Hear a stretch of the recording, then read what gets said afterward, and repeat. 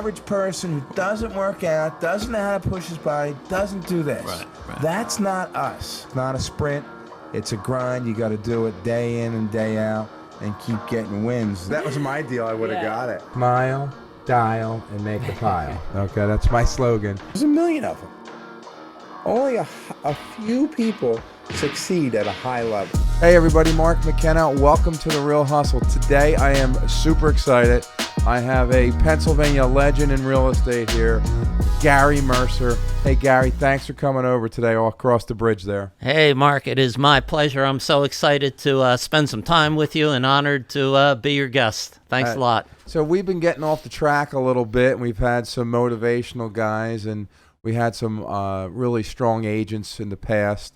But today's a little different. Today's another level of production and discipline. So I'm really, even if you're not a real estate agent or if you're not in sales, I think you're going to get a lot out of this discussion and interview with Gary.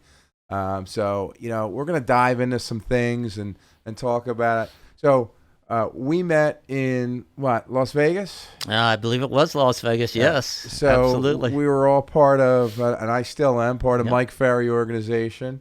And we went out to dinner, and we had a great time, and we've kind of stayed in touch ever since, trying to help each other out along the way, right? Absolutely. We had a great dinner, and I always remembered that. It was a good time, and you were very gracious. So we had a lot of fun that night. We always seem to have fun when we're out there. But so Gary and I have stayed in touch, and I've always watched his team grow.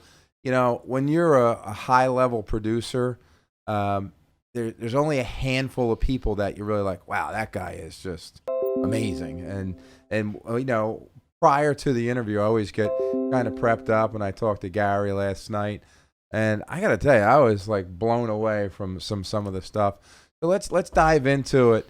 Let's talk about, graduate from college, you go to Drexel, business degree, and kind of tell me, we'll hit on some things quickly on that. Sure. You went into the family business, right? I did indeed. I was actually, I was at Drexel and graduated 6 months ahead of my class. And of course, you got that around the holiday time call from the family business that I'm sure to help, and I really need help. Can you come in and help me out? And you were stuck there for 5 years. Yeah, that little help out ended up being quite a few years. And the family business was a bakery, correct? Yes, it was. But you know what? There was a blessing in that, although that wasn't my career path at the time. The blessing was I did get to work with family and help them out. But more importantly, I think the takeaway from that is the discipline that I learned in terms of what you had to do, and you had to be there and do certain things every day and be accountable. And quite frankly, you didn't quit until the work was actually done. So it's ironic that my brother owns a bakery, and he just bought a bakery 3-4 years ago, and he's been self-employed his whole life. And he's like, that bakery is a lot of work. You start early.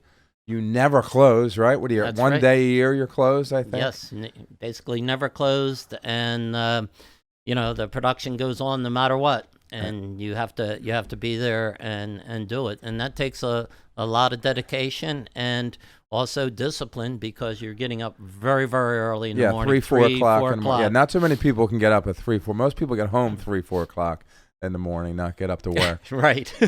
So you're at the family business for, I don't know, 5-6 years. Right. And did you start selling while you were working at the bakery? What made you get your license and get into real estate? Well, a couple things, actually.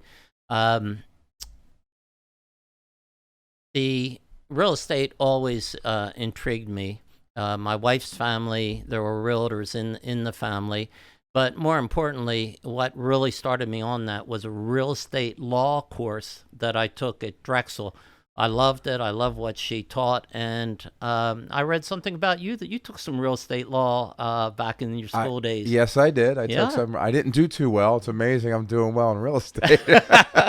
Well, I loved it, and it was a good basis for it, and so that's what really, really intrigued me. And then having family people in it, and I was always a reader, so I read, boy, I'm going to date myself, but newspapers. Yeah. But would study the trends and what was for sale, where it was, what area. So I started gaining a lot of knowledge about real estate just by default. So it was kind of like a passion at a young age, and you're going through the family business, and you're growing more. You're watching it. You're tracking it, and you're like, and one day you said, "All right, I think I want to try this." Well, yeah, and it all came from. As a kid, I loved playing Monopoly. And so I started buying properties right and left, and I said, hey, this makes a lot of sense. You probably ran the bank while you're doing Monopoly. I always had to watch my brothers. There was always 500 slipping out the back. Yep, did indeed. Always was the banker. That's great. So you're playing Monopoly, you're hanging out, you're taking B-Law courses, and then you take the plunge, you get your license. And did you start full-time, part-time? What you do? Actually, even though you're supposed to be a full-time agent, I was in the process of selling our family business and getting out of that. So, and I did sell it, but at that time, the time I put in handling both businesses, I was selling more than many of the part-time agents. And that really drew a lot of attention. So you're in there, and you're like, "Wow, this is fun. I'm enjoying it. I'm starting to be real successful." So, and how big was the office you were in? We had probably, I'm going to say, around 50 people in it. 58. So you probably had a lot of really seasoned people in the office. I did indeed. Okay, yeah, and some good mentors from that. The managers that I worked with were good people. So you're mid to late 20s. You're getting into real estate. Yeah, right, late 20s, early 30s, and really starting to get into it. Selling houses. Yeah. How long did it take you to become the top agent in the office? Not very long at all. Because of my work ethic, I'd go do one job, getting up early, and by noon I'd be full mode into real estate, full mode, and I would do that until basically I was done, which was 7, 8, 9 o'clock at night. Do what you have to do. And so it didn't take long before I started, getting noticed as the top producer. 3 years, 5 years, what was it? No, I would say probably 2 to 3 years. 2 to 3 years. That's awesome. So, you probably got all these people because, when you're in real estate, there's a lot of egos in offices. I mean, a lot of agents are just like, hey, I've been doing this, and this works, and I'm doing this way. Yeah, you got this young guy coming in, 2 years in the business. He was part-time the first year, so really his second year, or first year being full-time, he's the number one agent in the office. Yep. Right? Okay. So there's a big takeaway from that. Right away, he comes in. So what did you do different that other people didn't do? What was the one thing that you're saying, were you the first one in? Were you door knocking? Were you prospect? What was it? Well, because of my past business experience with the family business, we had a name and a really good reputation for quality for our products and the services and things that we delivered in and out of the community. So from that, a lot of people knew of us and knew of me, knew of the family because a lot of my wife's family were realtors and in the business. So it almost was natural. But what I did is I realized two things early on, Mark, and this was really important. From day one, I treated real estate as a business, not as a hobby. I knew it was going to be my profession. I knew every day when I got up, it was really up to me to make something happen. Correct. And so I needed to do the activities that would create results within the time that I had. And I knew I had to make something happen every day and create an appointment, network with people, right. Get out, talk to people, do whatever I had to do to find business. My job was go out and find business and get involved with it. So that takes us back. So people have been listening for a while. What's Coach Glatt say? Okay, when we interview him, just get a win each day. Okay, that's what Gary's talking about. Gary goes out. He's got to make things happen. He just had Get a win. Get a win. Go get, and one win turns into multiple wins, and you keep doing it, and before you know it, you got a pipeline. Correct? And that's really true. And I'll give you an example of that. I would go different routes into the office just to create that different approach so I could see more homes and things. Okay, that's great. One day I was driving in and I saw a moving truck. Well, here's a small win. Well, guess what I did? Stop. I stopped. Yeah. I went up to him. I said, "Oh, I see that you're moving." Got into a conversation with them. They ended up listing that house with me, and I ended up selling it, and it was, a nice sale. And that was a win. It was a win that A, I stopped, B, I had a conversation. So each of those little things I counted as a win. Yeah. And it turned out to be a contract and a sale. Yeah, I mean, and people talk about, like, I'm still a phone prospector. And some me people, too. I love it. Some people say that, Gary and I are old school, but I say it all the time: smile, dial, make a pile. That's the slogan. Too. That's the slogan. That's a special talent that you have to go out there, and you're making that happen. You're not buying leads. I mean, buying leads isn't a problem as long as you're doing other things that you're not paying for all your business. Correct? You agree with that? Correct. I don't think you can depend on all that. My mindset about purchasing leads and getting involved in that part of the business was, it will provide kind of a fail-safe approach where if some of the agents on the team weren't quite hitting their numbers and they needed a little boost, correct, you had this to fall back on. Correct. And so it was always kind of like a fail-safe situation just to help them, because sometimes people go into slumps or a deal falls apart. It helps them get through and over that roller coaster ride. Exactly right. Yeah, I mean, there's nothing better when you're making calls or you're door knocking or you stop at a for sale by owner, or Gary sees a moving truck. And I have to say, most of the people out there and the younger crowd, they were like, why would you do that? Like, why would you talk? People like to be talked to. You go up, you have a conversation, you show them you're knowledgeable, right? You knew about the neighborhood. Sure. You live there. A huge win. Oh, it's a big win. And then stop and think about it. I mean, because you are in business with that. So, a question that we were always coached about, well, who do you know that I could help? Yeah. Who else do you know? So then you multiply that win. Correct. And you help other people that they just hand to you. I mean, that's the best business you can get. But if you never ask the question, you're never going to get the answer. Exactly right. And and people like that, sometimes they'll tell a funny story like, I knew that guy Gary Mercer, and he first got in the business and he saw a moving truck and he knocked on my door and he's a great guy, and he might get 20 referrals from that person over his career. It is so true that you get continual referrals by following up, by creating a relationship, and establishing that you're the go-to person in the area. And as long as you maintain that integrity and reputation out in the marketplace, good things are going to happen. So the other thing I thought that was quite amazing. Like, I always thought I was out in front of things. Like, I started building a team in 99, 2000. So you started your group back in 1991. We were talking the other night. Yes, and see, one of the things that from my high school days on that I always loved doing was putting teams together. Okay. Team, whether it be sports, different activities, and getting involved that way.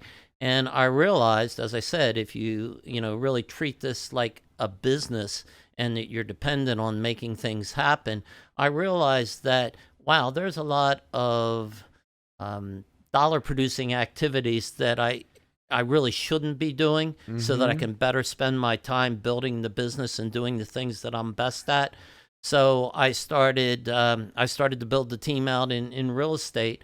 And by the way, one of my first assistant is still with me That's awesome. today. Same here. Yep. That's and, awesome. And that's great. That speaks volumes. My first two, yep. actually. My mother and I shared one, and Lucy I hired, and they're both still there 26 years later. Sure. Well, the first person I really teamed with was a gentleman in our office, and he has since retired. But I mean, we still stay in touch even today. That's awesome. Yeah, that's great. Awesome. So you start building this group. You become, you're the number one agent in the office, and it just keeps progressing and progressing. And the 90s were kind of like flat. Prices weren't going crazy. 9/11 hits in 2002 or 3, and then we had a big bump and a big surge. Right about 6-8 months after 9/11, things go crazy.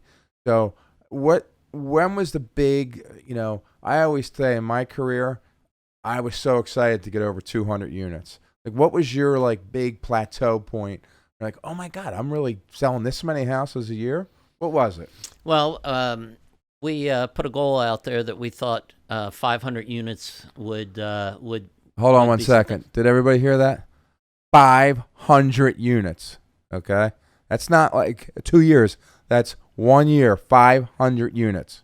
That's why I was excited about this today. So go ahead. I'm sorry. Oh well, thank you. Well, and the interesting thing about that, talent pushes you. Once we hit that goal, the team came to me and said, "You know what, Gary? I don't think you're thinking big enough." So now we've actually doubled that goal, and that's what we're working towards next. So that's up until that time when I got in, up until the Great Recession, we'll call it, and we'll say 2008, because that's when I really felt it in our area. I had growth year over year for some 20 some odd years. We hit that, and as everybody knows, the market just kind of stopped. Okay. Literally stopped. So this is a guy who's doing hundreds and hundreds of units. So the people, and one of the reasons why, and we were talking last night, is getting through in a changing market, how you can function and do this. So we were talking last night, and same thing. Like 2008 was like the end of the world financially, right? It was an eye-opener. The only thing that was great about 2008 that got me through the year was the Phillies won the World Series. That was the only thing that I used to come home and was excited about. I was like, sure. I put the game on great. and forget about work for a while. So 2008, phone stop. What do you do? Well, we had to coach up the people on the team. We had to get a grip on what is happening here.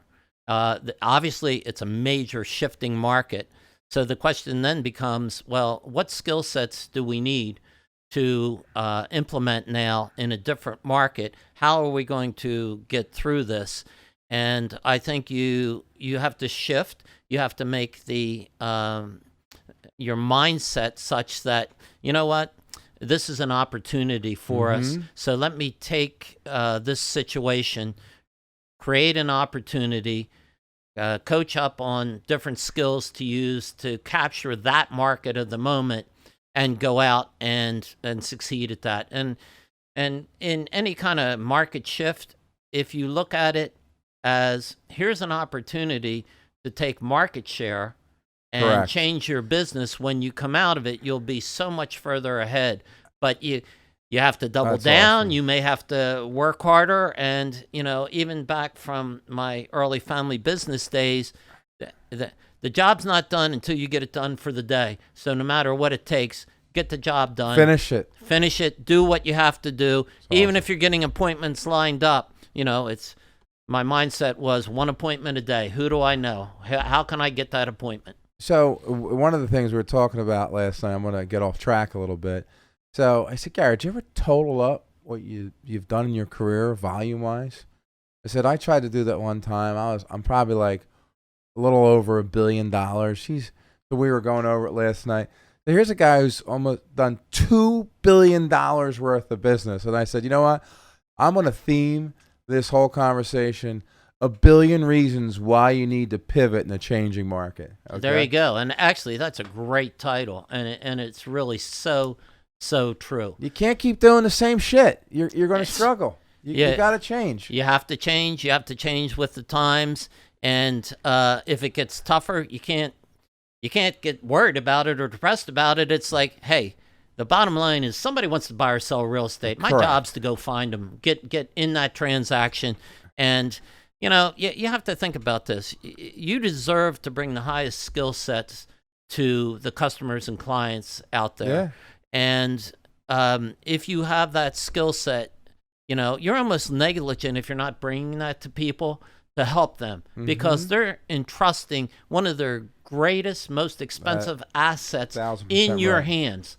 And it is your duty, quite frankly, to be the best you can be and to bring that to that customer. And I guarantee you, I get referrals from people from 20 years ago. Correct. Call me up and it's like, hey, Gary, I'm ready now. Come list the house and sell me something new. I want to, I'm scaling down. Find me a new house. And, you're going to get those kind of results if you treat the business that way. And more importantly, treat people right. The golden rule, do the right things. Well, I always say when I go out on a listing and someone gives me, like, we want to put it this crazy number, and I know they need to sell the house and there's some motivation. I go, listen, for me to take that listing at that price, it's almost like you should sue me for malpractice if I do that, because I'm going to hurt you so bad down the road, you don't even understand what's going to happen. So you really need to listen to my advice. They are just amazing points that he makes. You're talking someone who's been through it, has the teams.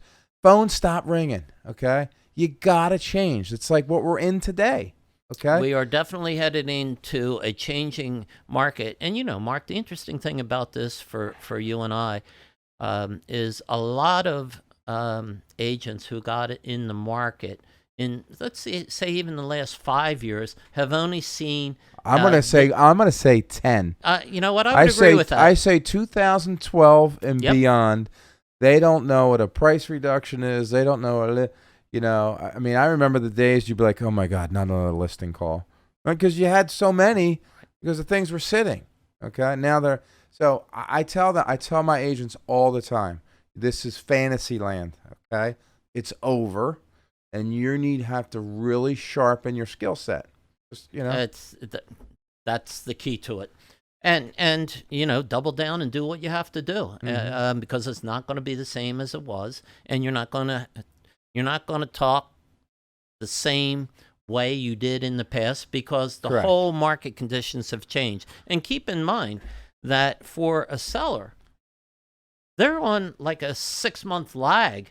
Correct. Because they're still saying, wow, my neighbor just got, 100,000 over asking. That's awesome. That set the new high watermark, but that was when interest rates were 2 or 3%. Correct. Everything's different now. But the consumer, they don't know that. They don't get That's our job to really educate them about that. I do. I think when you're a salesman, you really need to be a very passionate storyteller. Absolutely. To go back and say, like, hey, listen, I'm going to go back. This isn't my first dip. This is my third dip. And in 2008, I lost a lot of really good customers because they didn't want to listen to me when I know it was tanking. Okay? So, and here's what happens. Okay? And I know you're thinking your neighbor just sold his house in May, but he put the deal together in March when there was no inventory and things were flying off the shelf at 3%. It's different. It's different. Totally Set different. the expectations. Tell them that they need to hear the truth. It might cost you a listing here and there, okay? But it's going to give you a much better quality of business. You agree with that? Absolutely. Yeah, you always have to tell the truth about it. And honestly, sometimes you have to have those hard and frank conversations. The benefit that we have is we're not playing the news cycle game out there. We're out there in the field. We're seeing the small daily shifts. Days on market increasing a little bit. Price reductions starting to come in. Home inspections starting to come back in. Yeah. We're seeing. I want that light switch fixed. Right, and that right there tells you, wow, there's something different here occurring. And, it's kind of a gradual, and then all of a sudden it's here. Yeah, and some properties are still getting multiple bids. I mean, I got a couple. Yes, absolutely. If the house is perfect and shows great and really has all the amenities, you're still getting 5, 8 offers on it. If the house is a little tired, has a little wear on it, it's going to sit there. Mm-hmm. So, agents out there who are listening, you got to be sharp on your pricing, okay? Because if, our big joke is we used to have follow-up calls with our new listings every 2 weeks. All right, let's have a talk. And I used to say on the 30th day, I would say, you know what today is? And they're like, what? Today? I said, today is National Price Reduction Day. We're going to drop your price. So get used to that. Sure. Right? Well, those conversations have to start to come back into it because, like you said, Mark, it's all about setting expectations for people and delivering that message in a quality, professional way. So one of the things that I thought was really amazing when we were talking last night, you have, 40 agents on your team? Yeah, our team is 42 people 42 right now. people, including staff? Yes, including staff. Okay. So like our squad, Gary has 8 salaried people, all right? So, look at the numbers. Some of you people in an office, I see offices that, have 300 people who have 5 salaried people or 3 salaried people. Okay, when you're in a team and you want to sell your team, you need to have different specialties within the team. You need to have a social media director, a videographer, an ISA. These are the things that makes teams very productive. And when you go out there, there's a difference in the level of the service that you get with a team like that. I mean, that's what makes Gary so successful. I'm trying to catch up to that level to be that. But you're only as good. Tell me if I'm wrong with this. You're only as good as your back office.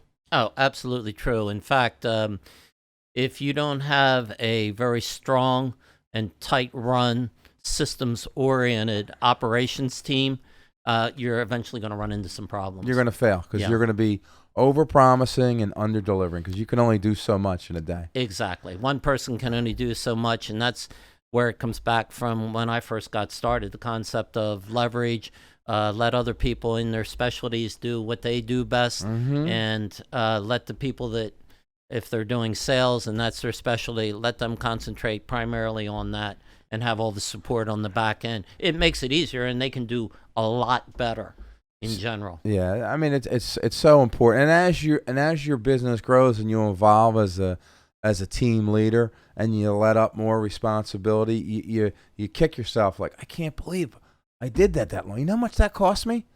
All right. That's very, very true. Yeah. You have to be aware of that, and you have to be willing to let some of that go. And quite frankly, we got to our position because we were in control of a lot of things and looking at all those details and different things. But that's part of the growth process. Sometimes growth gets a little messy, but that's part of the process. So my biggest pet peeve too, I don't know how you feel, is someone who gets in, like, I feel people start teams entirely too early. Like, they're like, yeah, I have a team. I'm like, you've only sold like 25 houses in your career. What do you mean? Like battle test it. 2 years in the business, top agent in the office, builds. Right away, he knows, all right, I can't do all this. There's only so much hours in a day. You got to do it. So I always say, and you tell me if I'm on track, if you're doing 40 deals by yourself, it's time to step up to get an assistant. Absolutely. That we're right there with that number. I always use the benchmark of 45 out there, and it's like when you're doing that as a sole individual agent, it's time for you to look for help and really start to differentiate yourself. And I also throw in the equation, for every assistant that you hire, it should calculate to about 40 to 50 transactions. That's what I look at. I would agree with that. Yeah. So yes, it's absolutely. So when you're and when you hire people on your team, okay, don't make them part-time in this. Get committed people who believe in what you're doing, right? I mean, how important is that? It's crucial. Having the culture and everybody pulling in the right direction, believing in what you can do and what you can achieve. It's really critical to growth and overall success. I don't care what brand you work at. When you develop a team, the culture is what you provide when you're the team leader. They wanna follow you to make sure, and everything that you tell them, you better live up to it. Like, absolutely, you have to. Yes, you have to do all of that. Shay's in the room. I have a hat, right? Everything I tell everybody, I have this hat that says, "It's all happening." Everything I tell you, it's all happening. So that and you need, when you go in the sales meetings, when you're on buyer consults, or you go on a listing appointment with somebody, you got to be dialed in and ready and show these people, like, hey, this is how you do it. I don't care how tired you are, right? How many times have you been waiting to go on an appointment at like 7:30 at night? You're exhausted. You know, you got your scope in your car, you're getting clean, you're getting freshened up, and you got to be like, all right, I know I shouldn't have this coffee, but I'm going to have one so I can go in. But that's what it takes to be, I mean, literally, to do those kind of numbers, you got to put that time in. Like, you can't even imagine what it does, right? It's so true, and you have to put the work in. Yeah. If you put the work in and you're doing the right activities, you will reap rewards from that, and you'll be successful. But to your point, countless numbers of nights and weekends and days where the family's already having dinner and all that. It's like, no, I can't catch it now. I'll catch up to you. Yeah. And then you roll in at 9 or 10 o'clock after those appointments. Your dinner's in the microwave. Dinner in the oven, still being warmed for you. That, you have to get used to that. But the bottom line to it is, you do what it takes. Exactly right. So I had a funny story one time. I was driving up to this event, and I had this realtor in my car, and he's trying to build a team. We had an hour and a half drive, and my phone rang twice during the drive up, and it was 2 listing appointments. Hey, Mark, it's so-and-so. I want to list the house. I'm like, all right, cool. I said, I got your info. I'll put up my phone. And I scheduled 2 listing appointments driving up, and he shakes his head, and he's like, how do I get to that point? I'm like, you gotta work it and work it. It doesn't happen overnight. That takes 8-10 years for just a repeat business constantly like that. So it just keeps coming in. Do you agree with that? Oh, absolutely. In fact, in the past, Mark, I guess we would say about every 7 years, people turn over. So if you can get to that 3 and 5 year point in your career, you'll start to see some of it, because I think some of the turnover was accelerated because people made appreciation, and it's like, Correct. oh, wait a minute, I can step up now. So that 7 year was really accelerated a little bit. I think you're going to see it go back to 7, 8 years. I agree. Yeah. And quite frankly, anybody, if they're in their home, I would use 7 to 10 years, because real estate's on cycles. We know that. But if you're there, and we'll say 10 years for the sake of argument and example, they're going to be fine no matter whether they bought at the peak or the bottom of the market. Exactly. All right, so here we go. So I'm coming in. I'm a brand new agent, and I'm going to say, hey, Gary, what, of anything you could tell me, what's the most important piece of advice you would tell me as a brand new agent? I would say a couple things. I would start out with, are you disciplined? Do you have a habit of work? Are you willing to treat this as a job? Are you willing to commit to the time to do the activities you need to do to be successful? So those majority of those things all talked about work ethic, because that's kind of all falls in line. Well, it falls in line with the work ethic. So you're looking at that, and you're like, because everybody thinks you watch these TV shows and you're just going out to a broker's luncheon, you pick your phone up, you call, they put an offer for $1.6 million, and you just got a $50,000 check. That is so far from reality, it's not even funny, okay? And all these dumb shows on TV, that is not how real estate works. Would you agree with that? Oh, I agree. And then the thing I used to laugh about a lot when people came in, they're like, you are so lucky.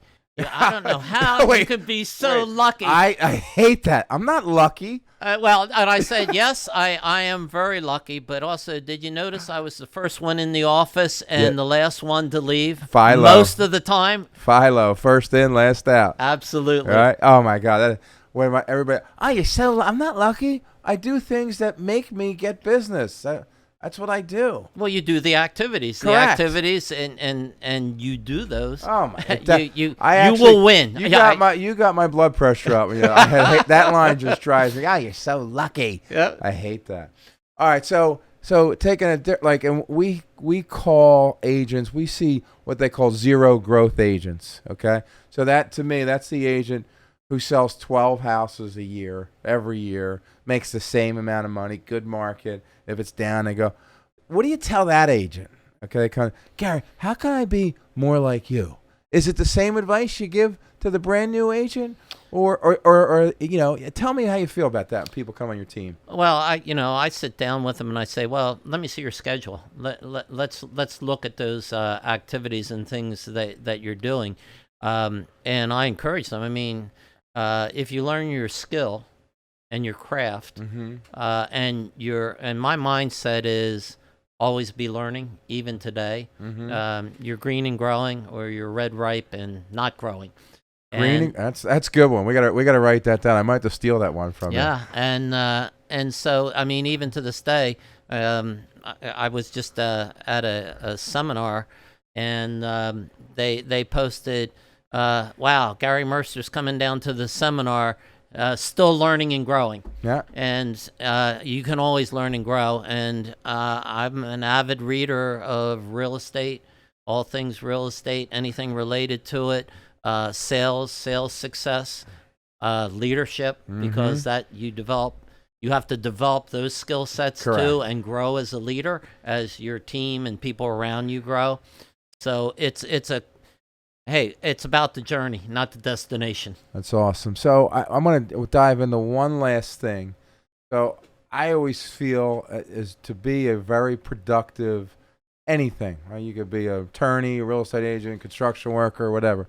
The morning is the most important part of the day. Would you agree with that? Absolutely. So tell the audience out here, what's the typical Gary Mercer productive day? Morning, I would say, from the time you get up till noon. Well, I get up early. I meditate or read. Then my ideal schedule is work out for an hour. Get to the office early. What do you consider early? 8 o'clock. 8 o'clock. Okay. Yeah. Does everybody hear that? 8 o'clock. But you should get an hour of workout in before that. So you're getting up at 5:30, 5:15? I had an accountability partner for a really long time, and I think our call was 5 o'clock in the morning. So I was getting up even in my real estate career at 4:30, get ready for that call. 5 o'clock, we'd have our accountability call. We get each other psyched up, tell them what we're going to do for the day, and then I'd go down and do my workout, get ready, and get into the office, be pumped, and start doing the things I needed to do. Which even to this day, I had my director of operations come in one day, and I was actually prospecting, calling expireds, and she got real emotional about it. She goes, "I can't believe you're still calling expires." I said, "Well, I had a little extra time, so it's back to doing activities." So I say that, and I say it to a lot of people who are super productive. Everybody who I know who is a total major producer, the morning is the most crucial time. I don't know one agent who strolls in the office at 10:30 in the morning and just roll out of bed who's selling 150, 200 units. You need to master your schedule, okay? I get the younger guys, Ryan, I get the younger guys, I stay up late, I'm up all night, I can't get up early. You won't succeed at a high level until you do that. Oh, absolutely true. You have to have the discipline, the schedule. Yeah. Have it create a habit. I mean, that's the routine, even today. Well, think about it though. You get up at 5:30 in the morning, 5:15, whatever it is. You get in the office 8:30. You've been up for 3 hours. You're running on all 8 cylinders by the time most people are still rubbing their eyes and like walking slow. You've already worked out, meditated, did everything you need to do, and you're fired up, ready to go, and you're ready to go get a couple wins, right? That's what you want to do. So, I got to tell you, for someone like myself, talking to Gary, okay, Shay, write this down. We got a double production, so no one's gonna like my conversation with Gary. Great, I love it. I'll be your accountability partner for it. So these are the kind of things. Think big. You have to think big and continue to think big. It's just critical because otherwise you're placing limitations on yourself. Be committed to your schedule. 100%. My schedule is my book, and everything is based on the schedule and in the schedule. If it's not in the schedule, it doesn't exist. And pivot when things change. Don't be stagnant. Be prepared to do what you need to do in a changing environment so that you can be the best you can be in that market of the moment, because it's always changing. Yeah, that's awesome. $1 billion producer, 35 years in the business. Yes. Right. All right, that's awesome. He's got 3 on me. So we were all talking about some of the things. Like, hate to date myself. I said the same thing. Yeah, exactly. I used to be the young guy. Now I'm the older guy in the industry. Well, but that is true. I have to tell you, man. I really I picked up the phone, called Gary, and I texted him. I said, "Hey, give me a call." He said yes to this interview in literally 5 seconds.